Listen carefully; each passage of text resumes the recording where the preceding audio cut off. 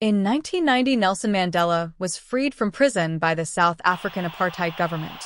His release, and that of other political prisoners, as well as the return into the country of those whom were politically exiled, followed after the talks that started in the early 80s between Nelson Mandela and the apartheid regime. In the 90s, the talks reached a climax with the formation of CODESA.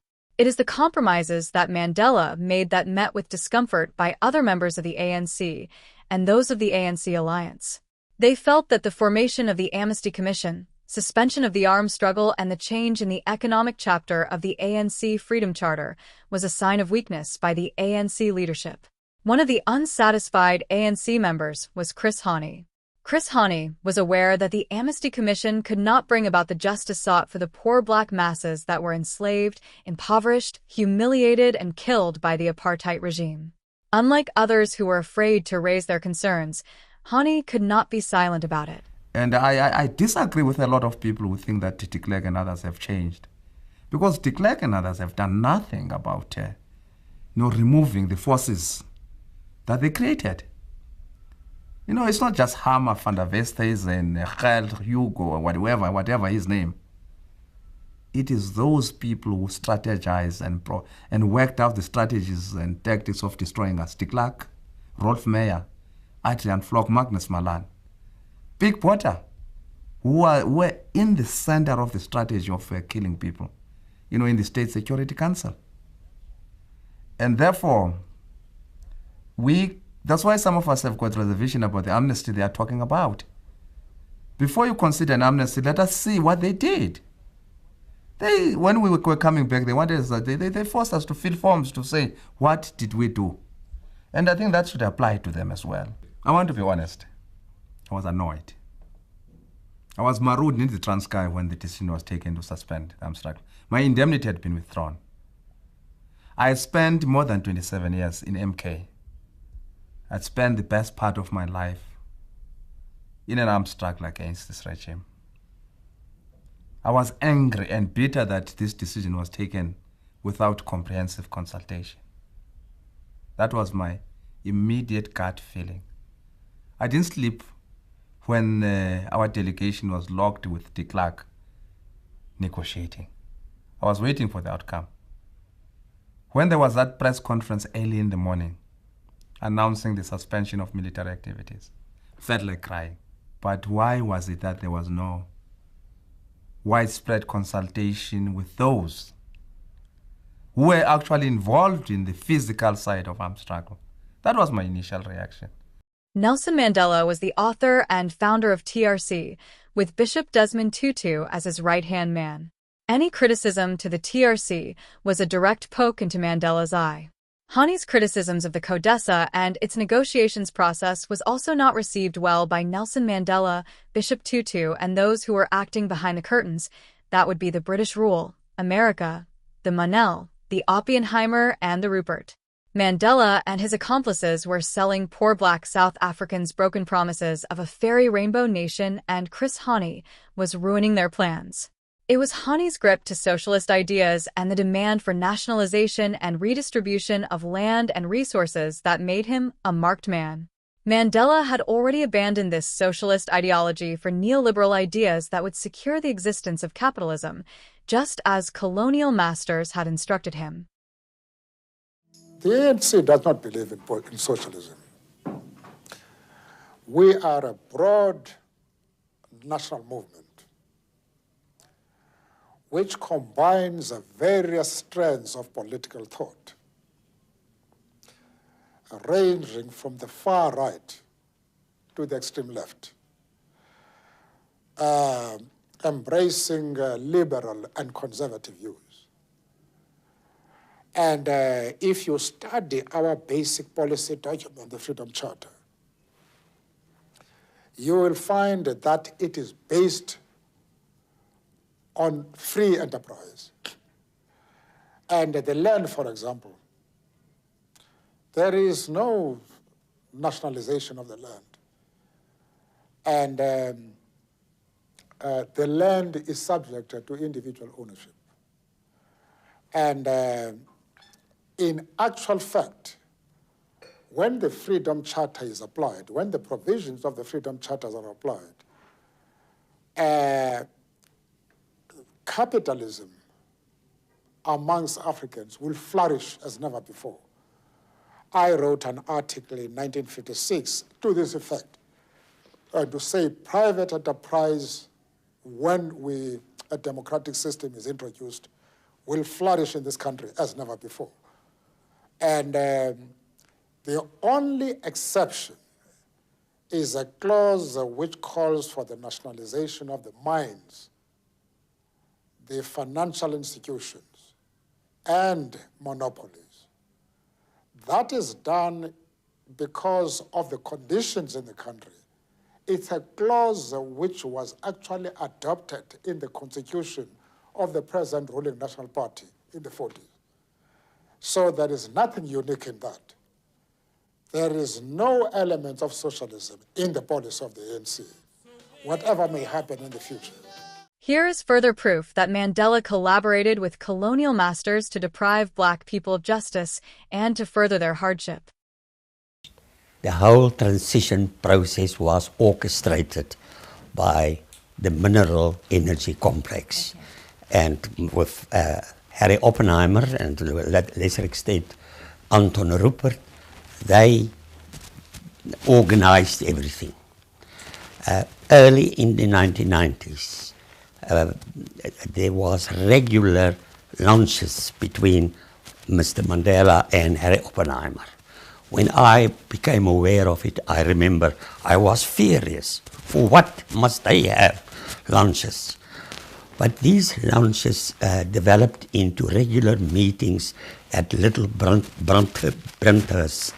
It is the estate of Harry Oppenheimer.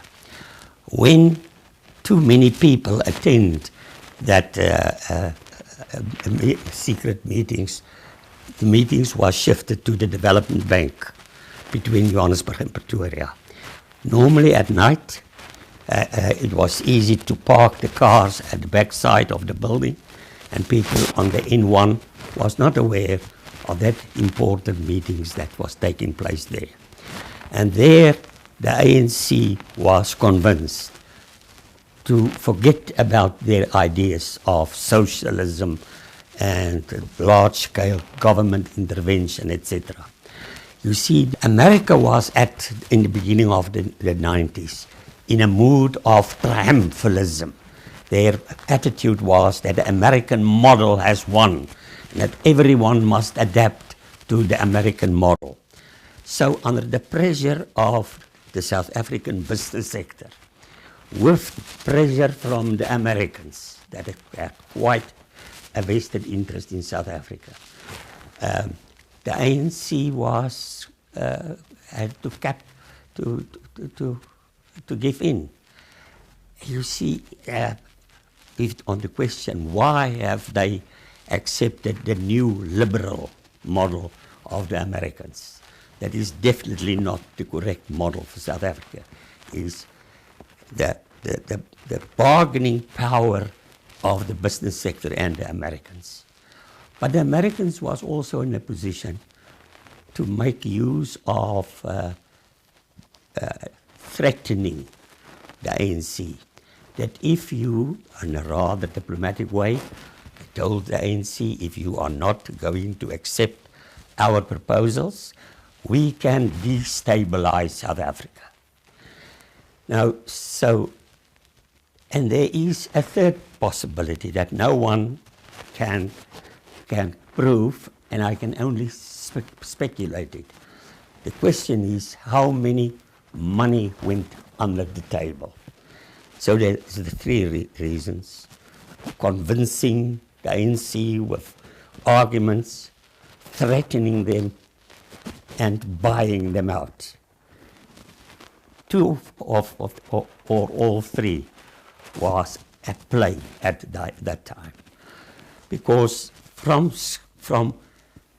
May 1992, the ANC published a document, Ready to Govern. In that document, it was clear. previously the ANC talked about growth through redistribution. In that document of 92, they talk about redistribution through growth. And you know, the year policy was announced in 1996, the so-called trickle down. If there is growth in the capitalist sector, then there will be a trickle down to the poor. It is not necessary to have comprehensive redistributive measures. The typical American approach, that with growth there will be trickle down.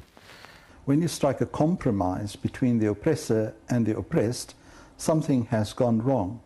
And that was reflected in what was lauded as a good chance to have reconciliation, which was the Truth and Reconciliation Commission.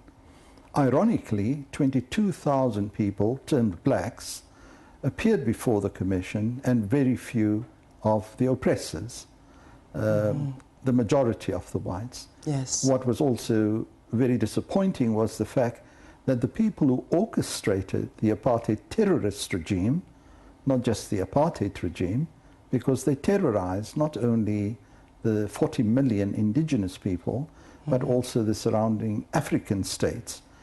And neither the Broederbond, which was established in 1918 as a secret organization, was subpoenaed by the TRC, neither the judiciary, your magistrates, judges and prosecutors who implemented the apartheid laws, nor the multinational companies who benefited the most from apartheid. And of course, the politicos like ex-President P.W. Botha, who were responsible for these. What would you say, Imam, to people who still see people like Nelson Mandela as heroes and see him as a source of inspiration? Do you feel that he was an integral part of the compromise, or was he hoodwinked to a certain degree? No, he wasn't hoodwinked. In his case in 1964, when he appeared in court, he made a statement which was later quoted in the Financial Mail and other business magazines, that he has never ever been opposed to capitalism, and that was the cue. So they already started trying to get him on board, so they softened him up, and that was the reason for removing him from other comrades on the island who were in the Rivonia trial. Accidentally I bumped into the second in command of MK, and that's Mkhonto Wesizwe. Mkhonto Wesizwe.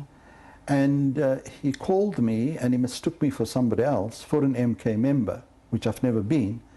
And he said to me, Ismail, which is not my name, if they think they can strike a deal with Nelson Mandela and leave us out, they are making a big mistake. So already there was a split, which was observable, that they knew that Nelson Mandela had been taken off the island in order to set in process the negotiations. So Nelson Mandela obviously was the key to bringing about the changes. And a lot of the deals that took place, both in Lusaka and London, were directly related to him and involved him. When I was in Pollsmoor prison, way back in the 80s, that would have been around about 86, I was arrested and held in detention. We saw Nelson Mandela leaving the prison complex dressed in a suit, and of course later on we discovered that these meetings were with Kobie Coetsee, one of the cabinet ministers. So obviously later on they confirmed that, and even meetings with the head of intelligence, Dr. Neil Barnard, and others. So it was a long process which started way back in 1982, and of course you had the Dakar conference and other feelers that were sent out. But it was very well orchestrated. Yes. The people who needed the settlement badly were in fact the multinational companies, the financiers, the banks, the investors, because the country obviously was going down a very slippery economic slope. They got them on board. Why did they choose the ANCs? Hello, yeah, I support your determination for self-determination, but I just want to remind you of something. You know, the ANC had a rule which they weren't going to break. It was in the Freedom Charter of 1956, which says that the resources of South Africa would be used for the people of South Africa. And, you know, and they were determined, the Freedom Charter, not to break this. But in 2002, I saw an interview with Nelson Mandela conducted by John Pilger. And his answer was, why have you broken that charter? And his reference was the fact that the precious resources of South Africa still remained in the hands of the very few white elite post-apartheid. To the extent that here in this country, Mrs. Thatcher's son moved to South Africa. Lady Diana Spencer's brother moved to South Africa because the tax rates were so favorable if you had wealth. At a time when the people in Soweto were still living in steel shuts without running water, as you quite rightly said. And when John Pilger asked him why he said this, his answer was really interesting. Nelson said, but I haven't cheated on that charter. You can now buy shares in these companies. Well, clearly, the people in Soweto can't buy shares. That massacre you mentioned in 2011, what you didn't say was that one of the shareholders was Cyril Ramaphosa. He used to be on the TV in this country every day, leading the ANC. Now he's one of the very wealthy guys who's getting Anglo shares, profits, he's rich. When he was asked, you shot people who were unarmed, he had nothing to say. I just want to say to you, and then I'm going to wrap this up quickly, my fear is that you're not addressing the issue. The issue is the reason we love Nelson Mandela is because he made a deal with the white elites, the power structures, the De Beers, the Oppenheimers, to remain in power, and he wouldn't touch their wealth, he wouldn't share their wealth, and that's why we in England love him, because the press tells us to. He betrayed the people of South Africa. And I'm frightened that unless you actually address the fact that the laws of South Africa doesn't make the corporations share the wealth as the Freedom Charter of 56 demands, my fear is nothing will change.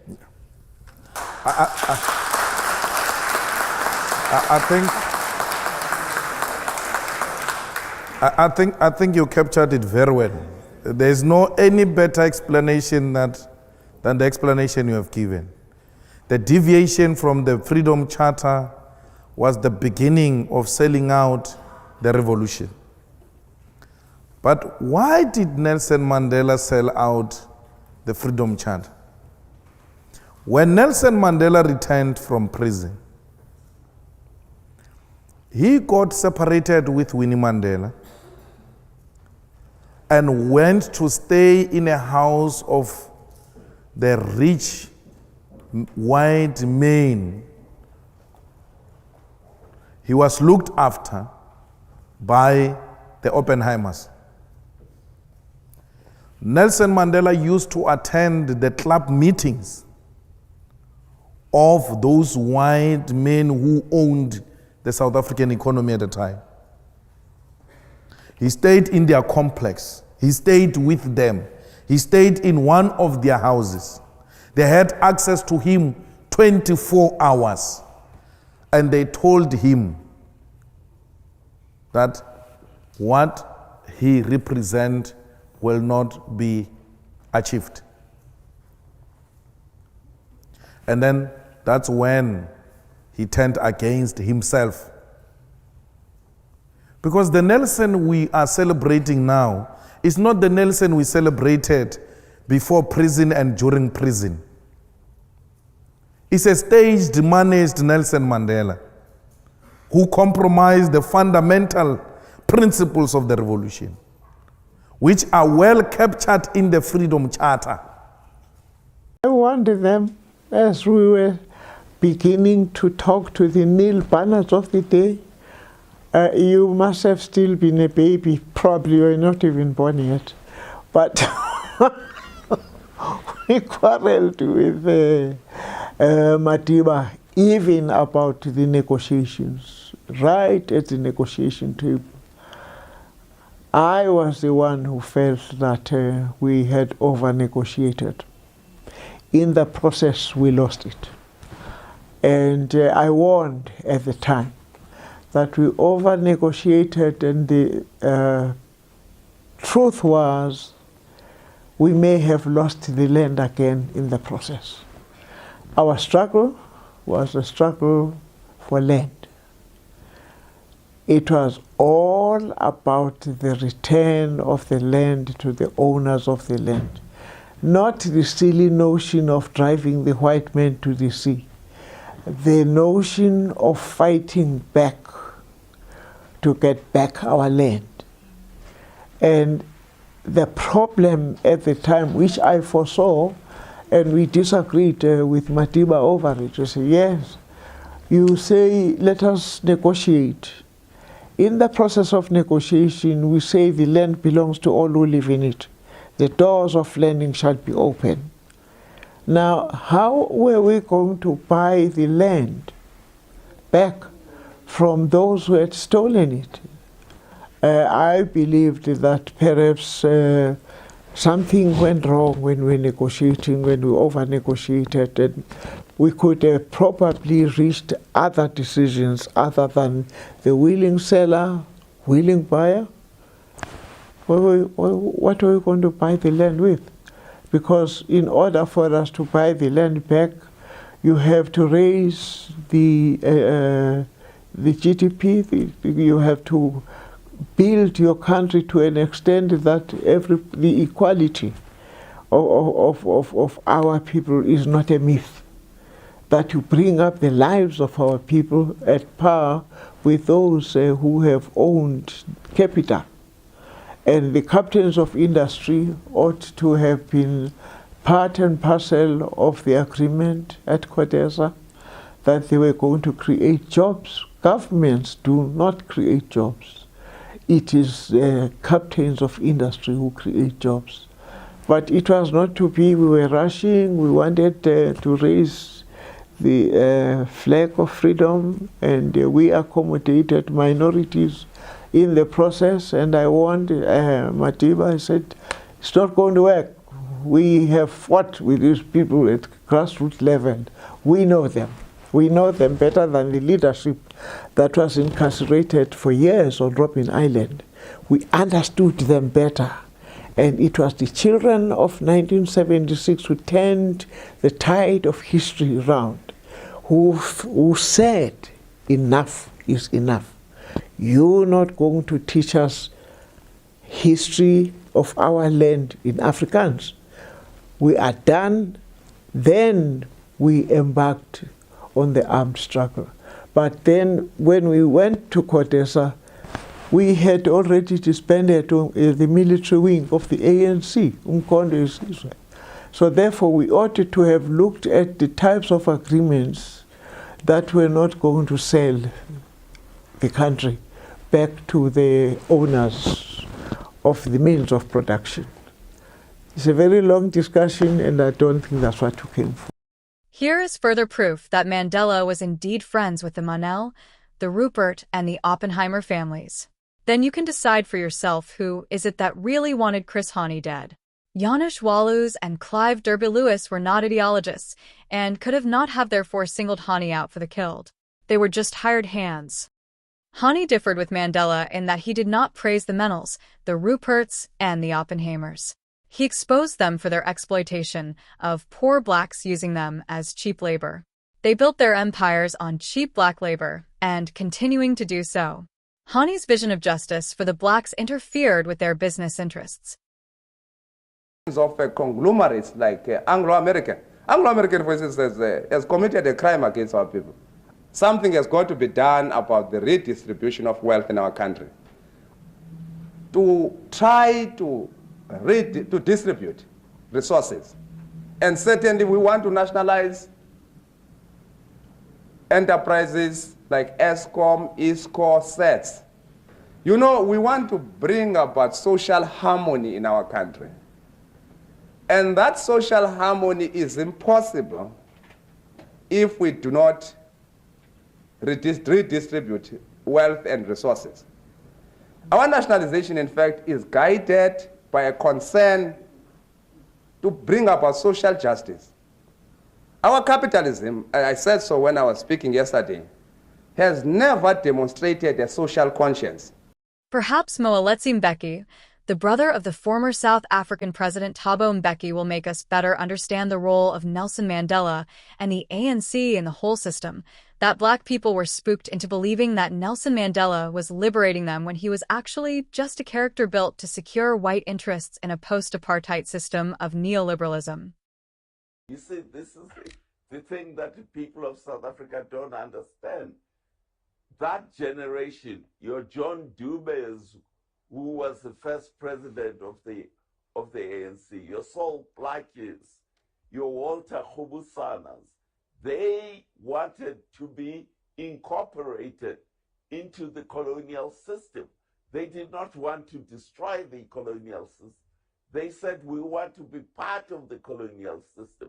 And so they were fighting to be included in the colonial system. And Mandela has made this very clear. As recently as the 1950s, Mandela said, we want to be included. We don't want to change the economic system that the British created in South Africa. Mandela, again in 1956, made it very explicit that the nationalization clause of the Freedom Charter was not to redistribute industry. It was to enable the black middle class to become capitalists by weakening the monopolies. It was not to change the economic system. It was actually to open up the capitalist system for the black middle class to become part of the capitalist system. And there you have it. Please remember to like and subscribe. We will appreciate your comments below. Thanks for watching.